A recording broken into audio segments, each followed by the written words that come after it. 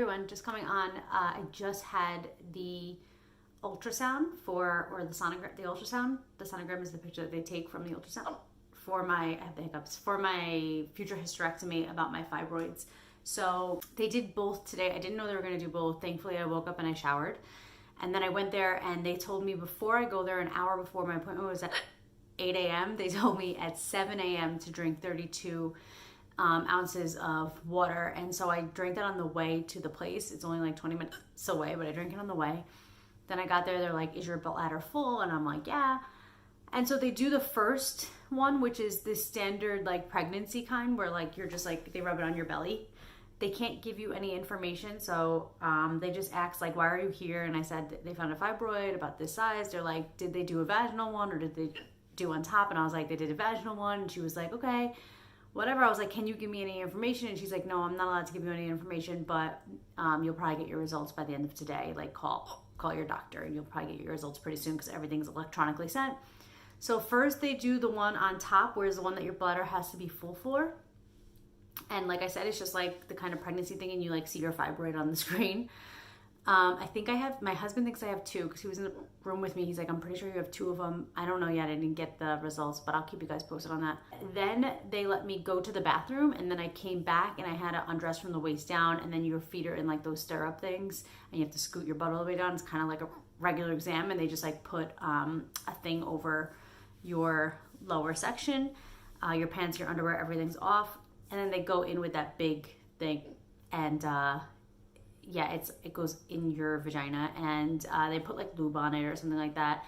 And basically they just like move it left, right, up, down. They take pictures, do whatever they got to do. And then she's like, okay, I'm going to flip it now. And then she had to like flip it because I guess the way the camera is.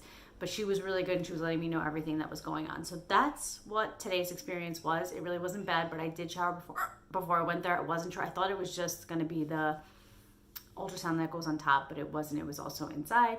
And just make sure that you drink 32 ounces of water before you go there because you have to have a full bladder, but they do let you empty the bladder before they go in with the other one. It's not painful, it doesn't hurt, and it was like maybe a 10-minute altogether, maybe 20 minutes, let's just say 20 minutes, but really not bad. And I was able to bring my husband in with me. So just wanted to share that. I will definitely be sharing the results if I have more than one or anything I find out. But yeah, we're just getting ready for that hysterectomy. So I love you guys and I'll see you next time. Bye. Hey everyone, just coming on. I just got my results back from the doctor for both sonograms that I had, the transvaginal and the transabdominal and the transabdominal pelvic ultrasound and the transvaginal. That took me way too long. So as I had mentioned in this video, those are the two you can get. The transabdominal is the one with the jelly on your belly, similar to like if you were pregnant and everything like that. And then the other one goes actually up your vag, and it's a camera. And at one point they turn it. I already went over all that, but I just wanted to give my results. As always, I can't pronounce things good, but I think I'm better at pronouncing these than the other one. I know I spoke too soon. So I have subserosal leiomyoma, I'm going to put on the screen, of the uterus. So that is a fibroid that's growing on the outside of my uterus. So it's not inside my uterus, it's outside. So when it's inside the uterus, it will affect like your period and stuff like that. I don't know if you remember, but when I was talking about when the doctor asked me if my period was affected, and I was like, no, but I was on birth control, so I'm not really sure, but before, blah, blah. So that's basically why it didn't affect my period, but that is why it's pressing on my rectum because it's on the outside. I also have back pain from it, and I had said to my husband, I was like, oh, I think because he had the back surgery for the sciatic, nerve pain that it was pressing on, and I was like, oh, I think I'm getting that. And I thought I was getting it because I was doing a lot of the heavy lifting when my husband was bedridden and not doing well. Now I realize it has nothing to do with that. It's actually just because this fibroid is pressing on my nerves and pressing on my back and on my rectum. I also have to pee very often, and I don't know if it's big enough to be reaching from the front to the back. I'm kind of confused on that because I know that it's definitely on the rectum, but I'm not sure if it's like pushing on the front too. I do only have one. and it measures 5.8 cm. Because the subserosal, something that I read about it is that it could attach to an outside organ. So it really rarely affects your uterine, but it can attach to an outside organ and like use it as a blood supply. It's kind of scary to me. It's kind of like, I'm kind of nervous about it. So the first one was the abdominal, having deja vu, so weird. They both were performed ultrasounds using grayscale and color Doppler imaging.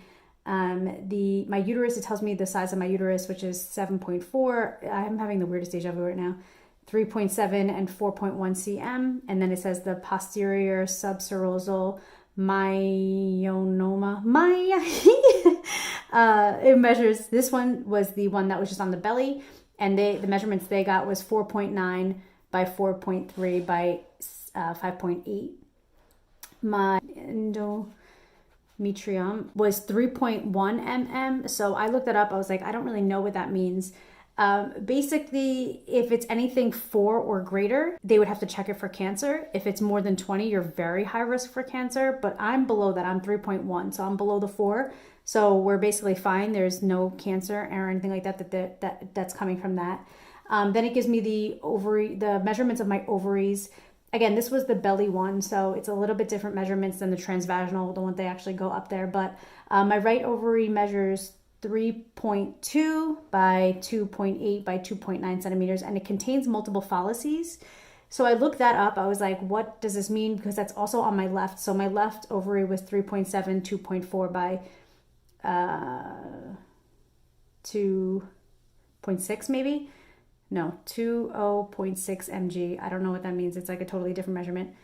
Anyway, and it contains multiple small follices. The other one just has follices. So I looked that up because I was like, what does that mean? And then I saw something that said polycystic ovarian syndrome. And I was like, is that what I have? Because I panicked. And then I was like, no, it would have said that on here. It doesn't say that. My final thing is that I have the subserosal leiomyia, whatever, of the uterus. Okay, so that was that. Then the transvaginal, so basically everything was exactly the same except for just slightly different measurements. And again, this one was like the big thing that goes up. And so that says that my uterus is 8.1 by 3.7 by 4.4 cm. I looked up what a normal size uterus is, and mine's right on par, so I'm not worried about that. The posterior subserosal myia, whatever, these measurements were different. It's 5.1 by 4.7 by 5.0. The endometrium thing, instead of it being 3.1, it's 3 mm. And then my right ovary, just 0.1 less than the other one said, and the left, it's a little bit smaller than what the other one said. And they both say it contains multiple follices. There's no significant free pelvic fluid. And the impression, I guess this was like the final thing, it's 5.8 cm serosal uterine, subserosal uterine myoma, I don't know, and multiple fallacies in the ovaries. But the doctor said, like, your ovaries are fine, so we're going to keep them. That's basically it. I am going to do a video talking about symptoms that I had that I didn't know were related to this, which I touched on this video, but I just wanted to add this in because I feel like I've been super transparent with everybody on all of my things, and I thought, why not give you guys the full scoop on this too. So no cancer, no nothing like that. Just have this fibroid that is, final thing is 5.8, and it's on the outside of my uterus, and it's pushing on my rectum, and it's giving me back pain. I'll see you guys later. Bye.